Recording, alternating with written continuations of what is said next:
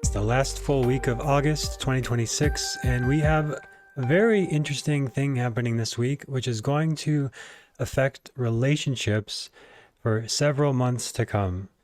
And we have the second eclipse, the last eclipse of the year. It's happening this week, and a minor transit of Mercury in Purva Falguni we'll talk about. So 3 big things to talk about this week. I'm Jeremy Devins. This is the Quiet Mind Astrology Podcast. Everything here is based on 20 years of experience and thousands of case studies. And if you didn't join us yesterday, we had over 700 registrants for the Become Your Own Astrologer workshop. Super fun. We met live on Zoom. The replay is available now, and you can get that at quietmindastrology.com/workshop and check out the replay there. It's only going to be up for a limited time, and we had a great time, super fun, and I love hosting that. So it was a great workshop and great feedback on that. So thank you everyone who joined. And if you haven't checked it out, there's still some time to do that now at quietmindastrology.com/workshop. And if you don't already have your Vedic birth chart, I've made some cool improvements there recently. Check those out at quietmindastrology.com, pre-birth chart, or click on the birth chart link, and you'll see some info about your chart there. And you especially want to know where Virgo and Libra are for this Venus transit we're going to talk about, and then where Aquarius is in your chart. So we all have all of the signs in our charts. We're born, all of the zodiac is there, and all of the grahas are there. Just a matter of like where they are and then what they affect in our life personally. So even if you don't have any planets in Virgo or Libra or Aquarius, those energies are very much in effect this week.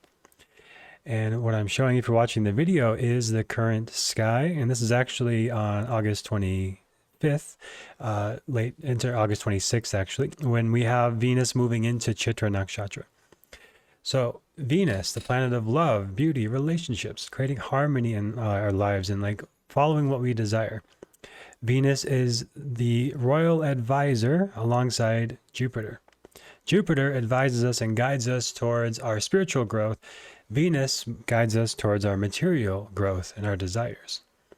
And as Venus is now in Chitra now this week, moving there in Virgo and into Libra, it's about what do we really want to build in our lives? What kind of relationship do you want to build? What is the structure of your relationship?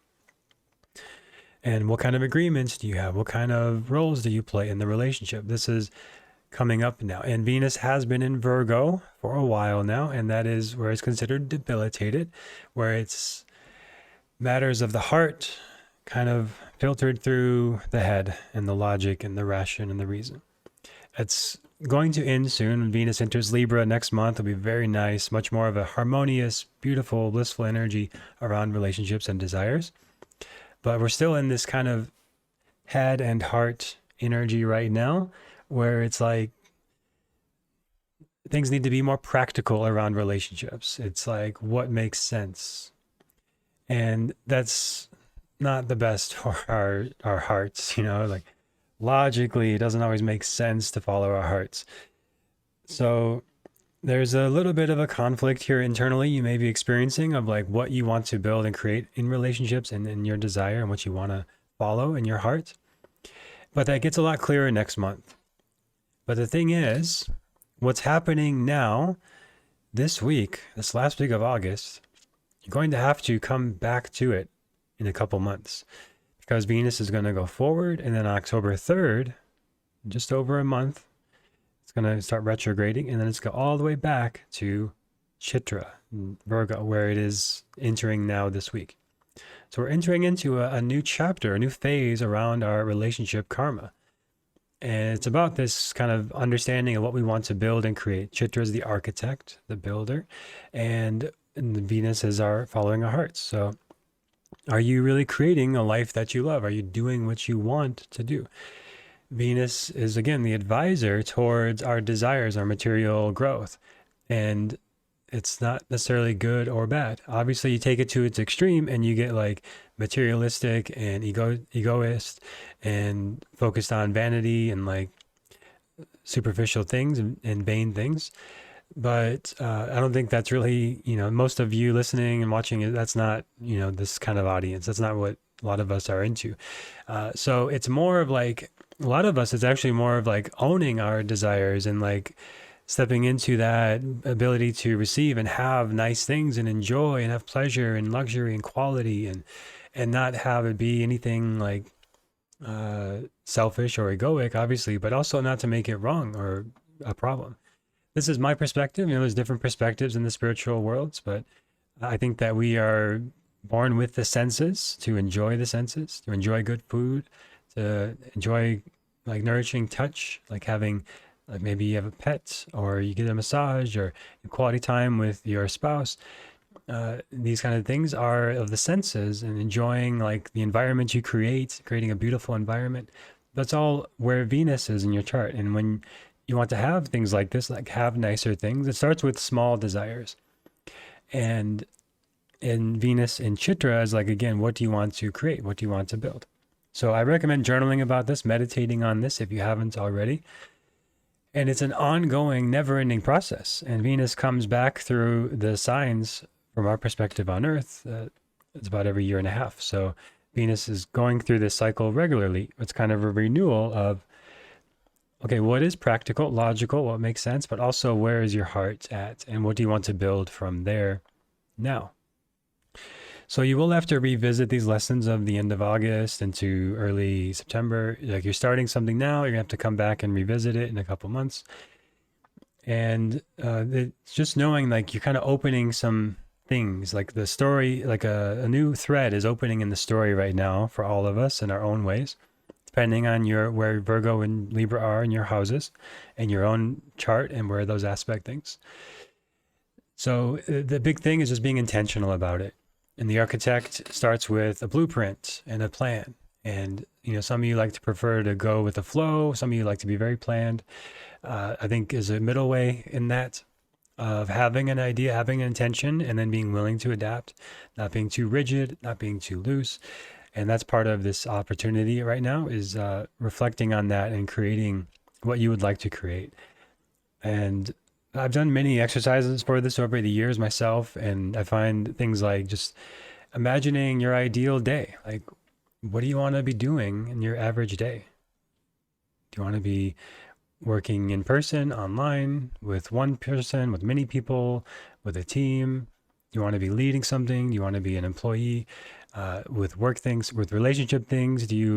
Some people prefer monogamy, non-monogamy, being single, people exploring divorces, marriages. It's all very personal, but to be intentional with it is so important, because once you have the intention, then you can build from there. Like, if you just start building like without an architect, it's like gonna get chaotic pretty fast. You don't have a plan, you don't have a vision, you don't know what you're building. Those of you in committed relationships, the Gottman Institute has like their sound relationship model, which is like actually shaped like a house, like built like a house. So that might be worth exploring for you. They've done like probably the most research of anybody on relationships, and that relationship model that they have is very helpful for building a solid relationship over time, committed long term. And it's all very personal, your own choices of how you want to structure and build your relationships and what you desire. But this is the time to evaluate that and assess it and maybe figure it out on a deeper level. But again, I think intention is everything. I always start my like trainings and everything, like we did the workshop yesterday, start with the intention of what do you hope to experience or receive or gain from this time. So now as we're entering this time, that's going to be it's not a typical transit, because it's going to go forward then back. And like the retrograde, Venus only retrogrades every year and a half or so.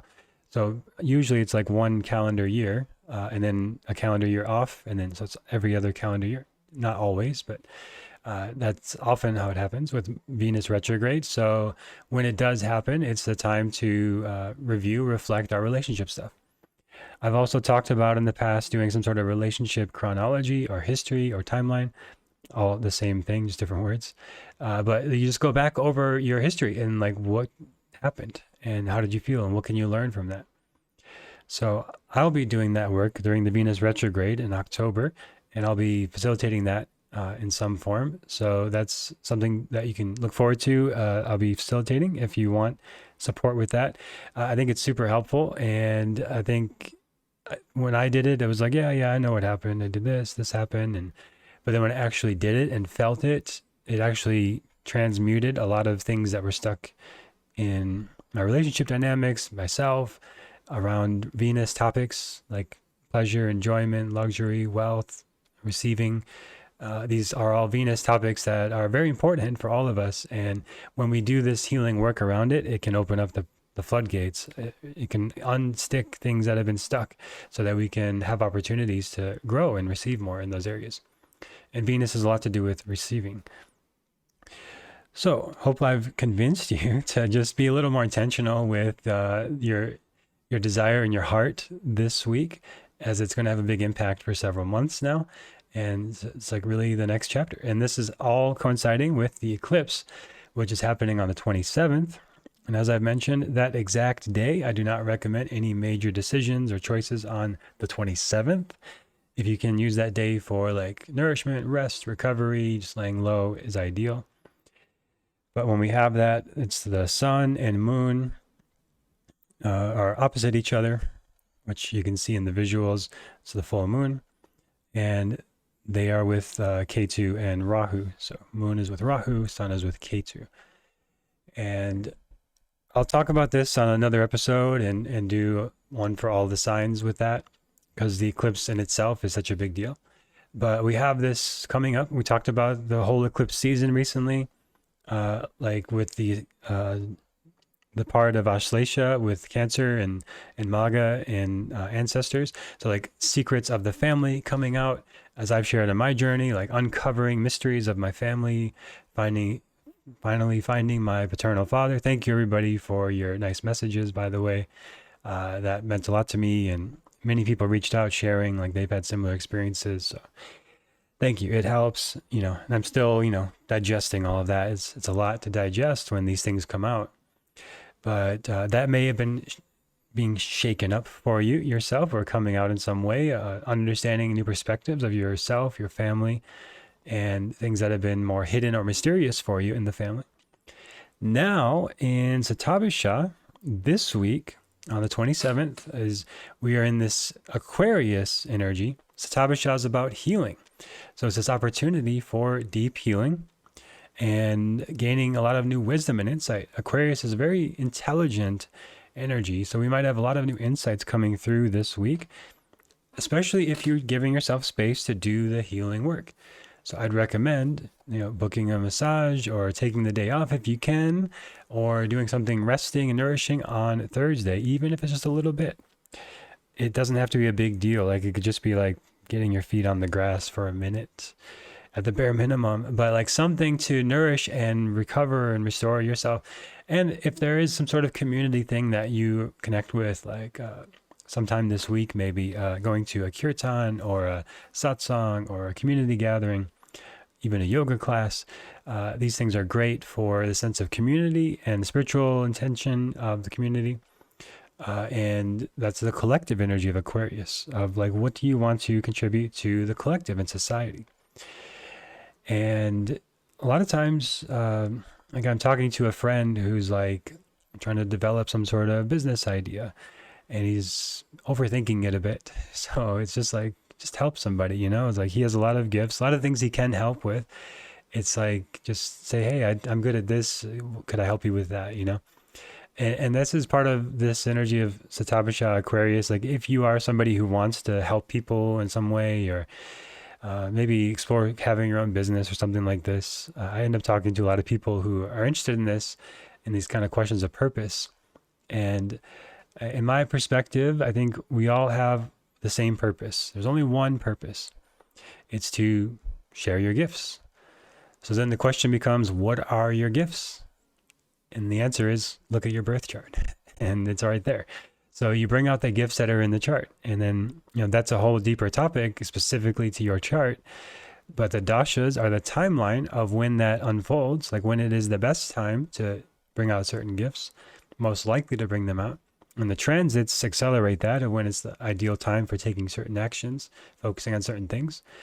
So for everybody, this is a good time this week and through this last part of this eclipse season over the next 2 weeks to explore this question of what are your gifts and where do those coincide with what people need help with? And then ideally also where you can make a living doing that. If you can combine those three things, that's the dream for most people. And that's the ideal place to be. Something you love to do, something that people genuinely want help with, and something that you can make a living with. That's it. And that's finding like the sense of alignment of the purpose. And I think a lot of people, when they're talking about finding their purpose or doing work they love, it's that.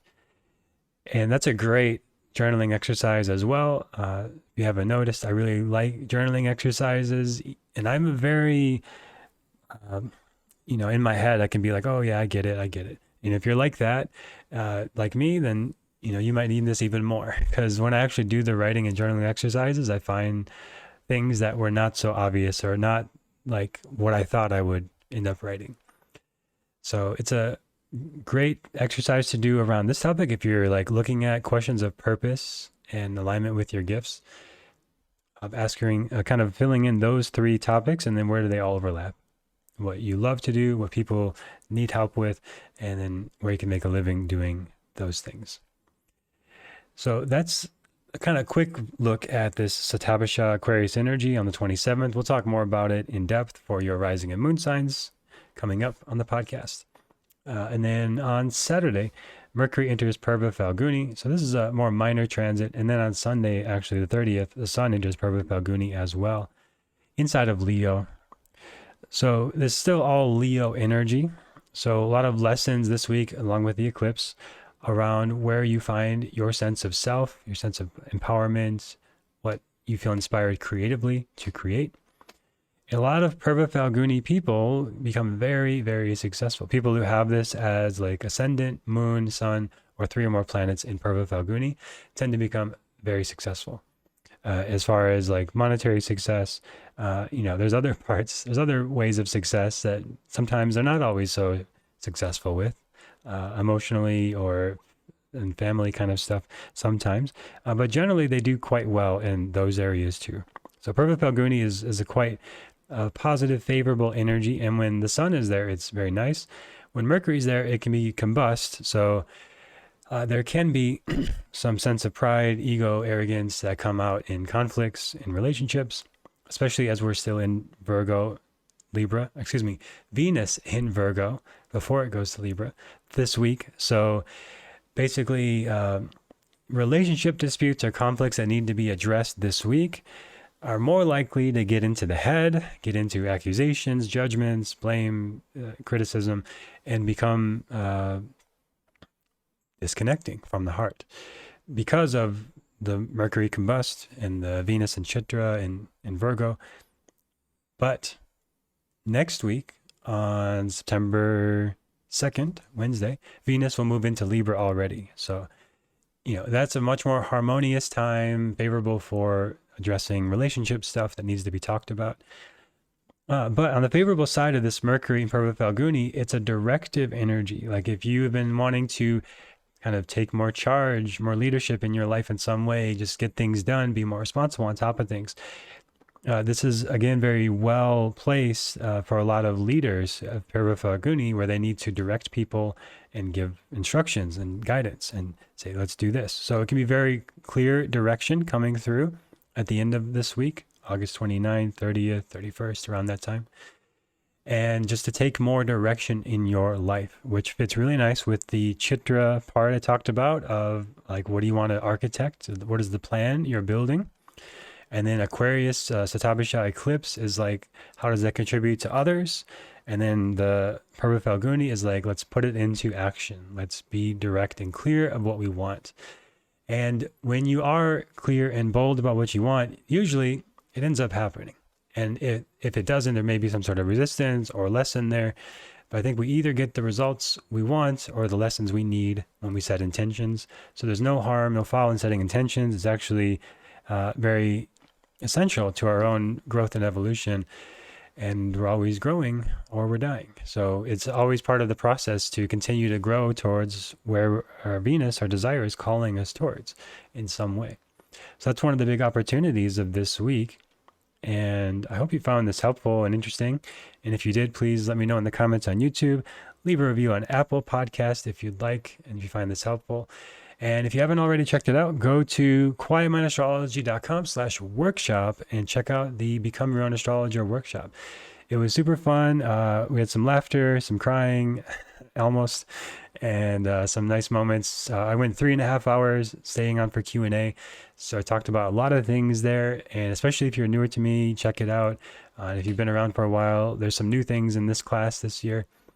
So lots to talk about there. And the mentorship is now open for this week only. If you've been wanting to work with me more in depth and join our amazing community of astrologers around the world, the mentorship is open just this week at a discounted rate. So quietmindastrology.com/workshop to check out the workshop and learn more about the mentorship there, because that is really the first class of the mentorship, and it's free. And it gives you a good feel for what I do and see if you want to work with me. And then we start our classes for this cohort on Saturday the 29th. So enrollment will close on Friday. So if you want to join, the last chance will be this Friday at the discounted rate. And then we start on Saturday. We got an awesome group joining already. It's going to be super fun.